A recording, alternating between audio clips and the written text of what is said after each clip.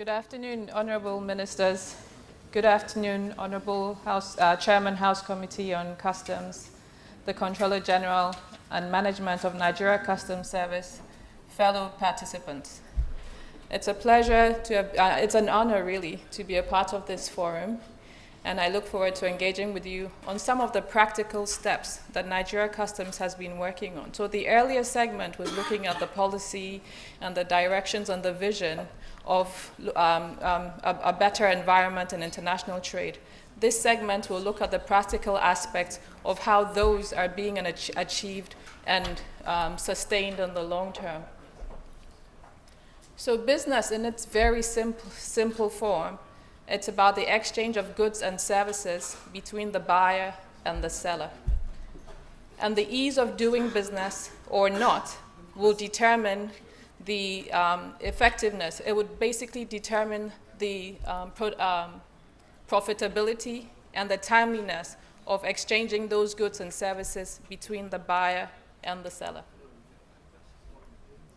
Now, when you move that buyer and seller and introduce borders in that transaction, that is international trade, you suddenly project the buyer and seller into the realm of importer and exporter.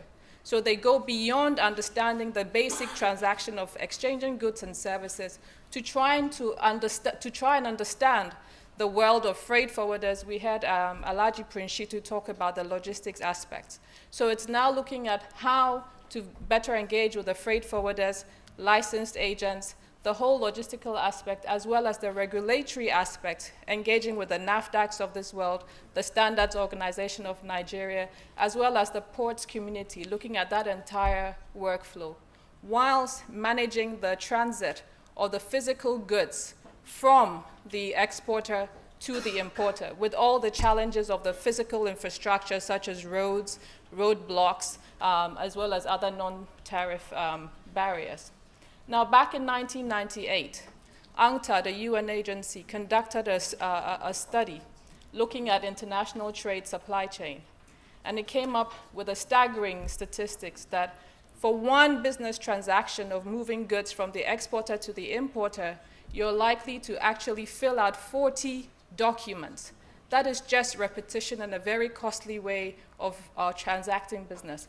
And of those 40 documents, 200 data elements of that are repeated over and over again, with some of them, some of those data elements being repeated, 15% being repeated over 30 times. So really the main message here is it's really an unnecessary cost and burden being put on the buyer and the seller just to fulfill the regulatory requirements.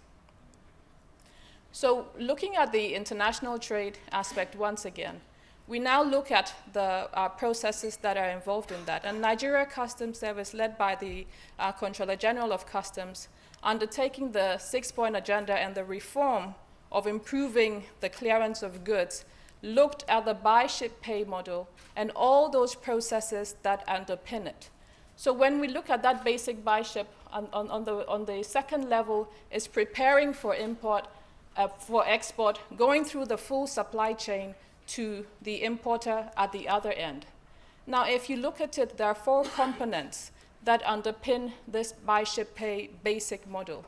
The poor exporter and importer have to understand the regulatory requirements of the exporter's environment and as well as the importer's environment. So that's a whole duplication of inefficiencies or efficiencies as one might see depending on the environment. So you look at the commercial procedures, and I think the economist from Standard Chartered mentioned some of the issues with, and also another gentleman talked about the invoice aspect. So it's not just what happens at the port, but it's what happens before, when the business transaction is started.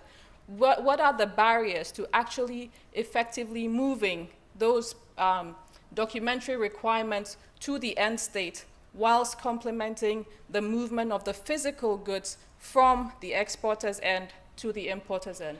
So looking at those 4 components, you have the commercial procedures where you have the sales invoice and all the commercial transactions. Then you have the transport and the ports and logistics. Understanding and establishing transport contracts, collecting, moving, and delivering those goods, etc. Then the regulatory procedures, the NAFDAC requirements, the Nigeria Customs requirements, standards organization, all the regulatory requirements for import, export licenses, permits, etc. And then the financial procedures, obtaining your letters of credit, insurances, and then executing payments along the supply chain. So as you can see, the issues does not lie with one particular entity or one particular group. It is a shared issue. And usually, unfortunately, it's customs that gets lumbered with any inefficiency that would occur along the supply chain.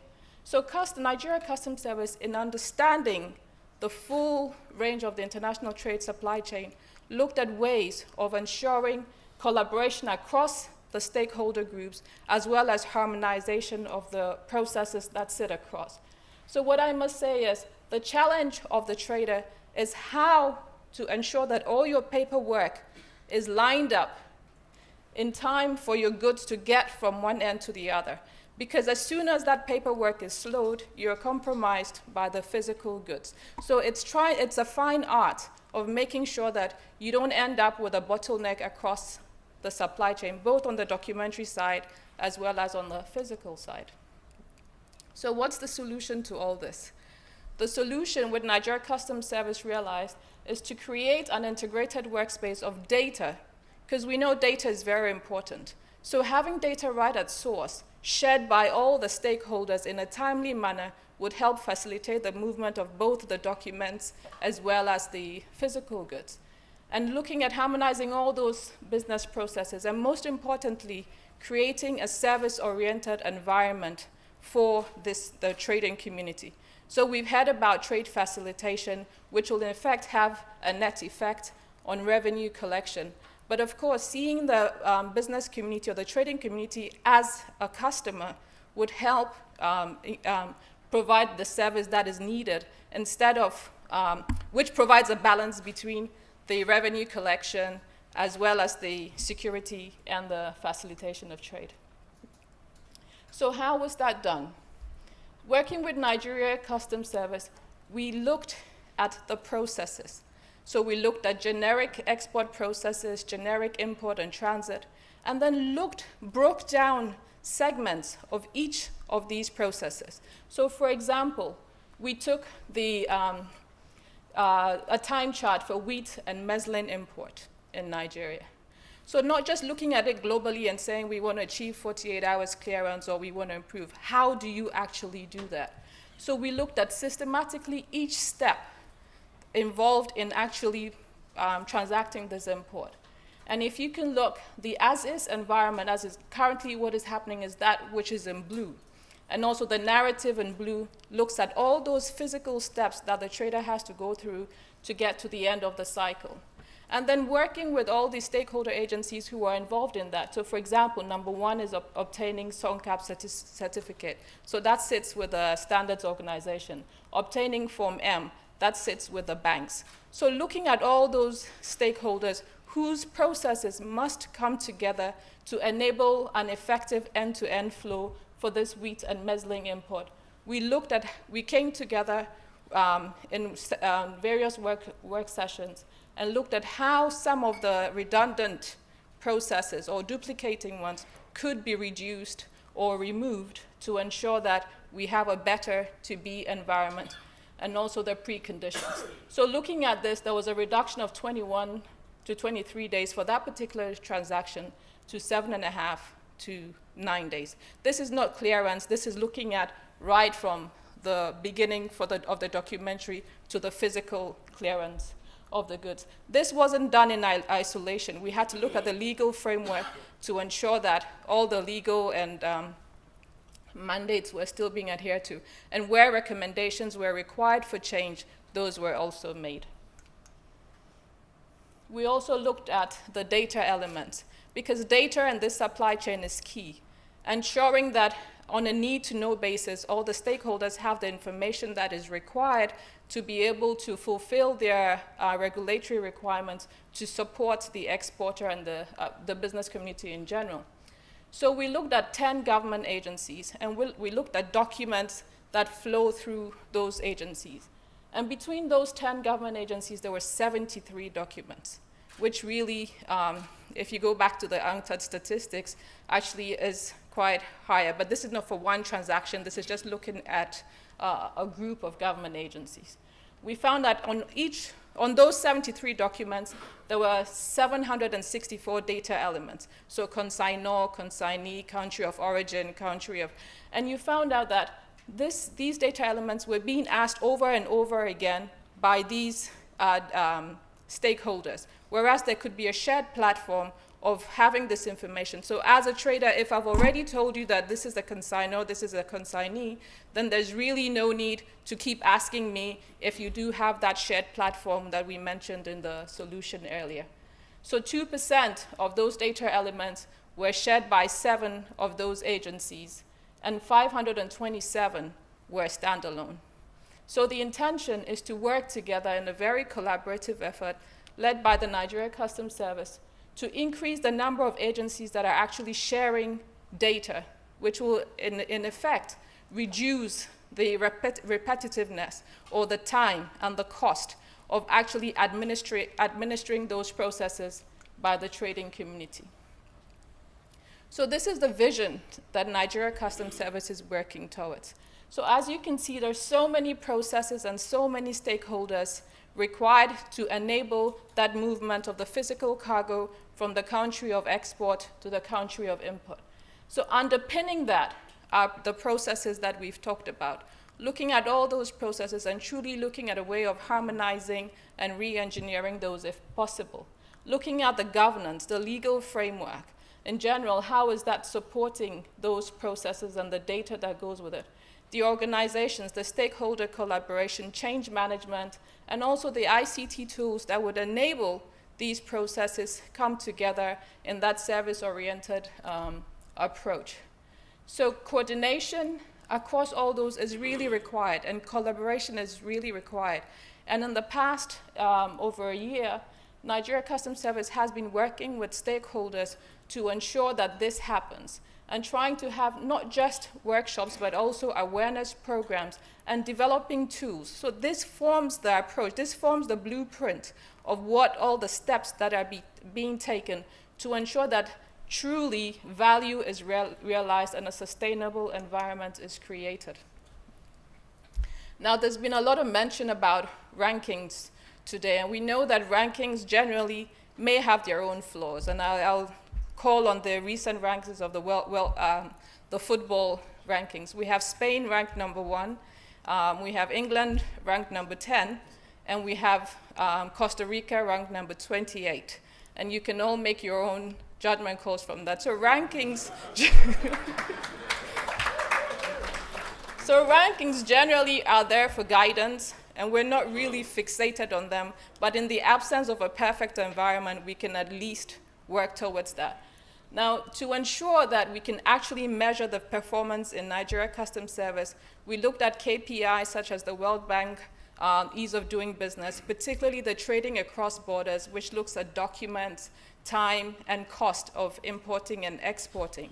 So we looked at that, and systematically, what we're going to do is make sure that we can map our successes to those key KPIs to see how we're advancing with the modernization efforts. So looking at it, for example, if you look at the cost to import, which is $1,440, this was back in 2012. The breakdown looks at the documents required for preparing the initial 19 documents, customs clearance 12, the duration, the ports and terminal handling, it just breaks it down. So we're able to map those time charts that we worked on and those process steps to some of these and those documents that were collected to see how we can continuously reduce. And I can say that the trading across borders rankings actually moved up 1 point in the last year, which is an achievement, because to even stabilize it is a good point, and then to start looking at ways of improving it. We know it can be done. We're benchmarking against countries such as Thailand. In 2009, Thailand was ranked 51, and with exactly the same approach, in 2009, they were ranked number 10. So it is realistic, It needs a collaborative approach. It needs support from government. And at least Nigeria Customs has started in the right way. And with all agencies coming on board and the support of the private sector, this is a reality, and we can move Nigeria from the 158 at the moment to single figures. That is the vision at the moment. So how do we do that? The plan is to move away from the current state of customs clearance and customs automation, looking at automating systematically across all the automation areas. So currently, if you look at Nigeria, we're around the paperless customs area. And looking at our vision, we look to move into the regulatory single window where customs clearance and all the regulatory requirements come together on one platform in a very harmonized and efficient way, moving through the ports and logistics, having a single window environment into a fully integrated one. And in 2010, which for me is a little bit far, but at least it is realistic, but any achievements before that would be excellent. Having a truly cross-border single window with automation right across from the exporter end to the importer, because we know that the export data of the first end is actually the import data in reverse. So if we can collaborate and work with other administrations and other countries, you can then ensure that you don't have that repetition of inefficiencies on both sides, because if you are able to introduce efficiencies in the export and improve your data, you can just translate that into your import data. So that's the plan and that's the vision, and I think with everyone's cooperation, with compliance from the trading community, with support from the government agencies, and ultimately with support from government, I believe this is a true vision that can be realized. Thank you.